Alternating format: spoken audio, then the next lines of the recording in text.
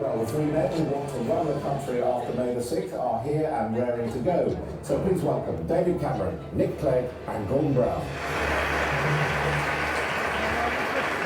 Something happens on the telly and then people will try to tell you what to think about it. And that's the essence of what the journalists will be treated to by the spinners. There's two Lib Dem spinners at work over there. Look, they're getting their spin in early. But it's a two-way mutual process. Journos will be asking questions of the spinners and the sort of knobs of each party will be here in force. It's all about the story that politicians tell. Because they whisper in ears, they apply pressure, they cajole, they joke, they're open, they're friendly, and then they withdraw.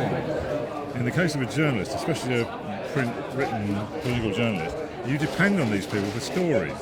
And if your source of stories dried up, then you're in trouble. And that's the bad thing about it. It's using this influence, using this pressure. And there's a lot of that goes on. It's a very brittle setup. And it's all completely superficial. This is why I like it, I suppose. I'm just interested in the superficiality of it. This was the first clusterfuck when it got going, and that was, of course, David Miliband looking rather stunned in the lights. Suddenly the lights came on at the back of there. Suddenly there were lots of journalists all huddled around looking at him. There's Balls. I was getting interested in his profile, his sort of pugnacious profile at Ed Balls. You know. He very kindly said a few words to us. Some old bollocky spin, but that's what they do. They just talk this crap, and people like us listen to it. Here comes Chris Huhne. Spin, here they come. Whirl, twist. Hello, Mr. Huhne. I'm just waiting for you to come and spin me. I don't know. How did your boy do? Well, I think he did very well. I mean, I think it was another very strong performance. You would see that. What do you think about the style of, say, Clegg? How did it come across today? Was he better than last week? Was he?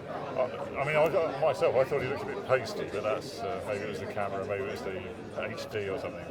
Well, the debates are very watchable. That's the most important thing. Everybody's been watching them. Yeah. And I think ultimately people will forget about the style and they'll be thinking what's going to make a difference to my family. It is interesting, but actually it doesn't, why was, it doesn't for instance, get Cameron your kids a job when they slightly need better? education. Yeah, but why was Cameron slightly better this week than he was last week? Last week I was don't awful. think he was the best this week. I think that this was another no-show for David Cameron. Yeah.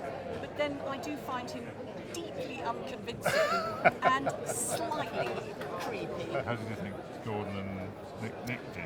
Well, no, I mean, it's for their parties to speak for themselves. But I know, David's qualities shone through, and I think he was the clear winner. You're saying that because you're his mate, aren't you? I'm saying it because it's true. And by the way, the audience seemed to agree with me. Oh right, well they weren't allowed to applaud, but you were going by the poll. The audience, but I thought, look, you could tell in the actual room itself, by the way they reacted to the people speaking, and I thought David got strong audience reaction, but also, of course, in the way we judge these things these days, the polls really often. These people are professionals. I think sometimes you can catch them out by asking a really stupid question. He's not going to show any cracks in my book. He knows the Guardian.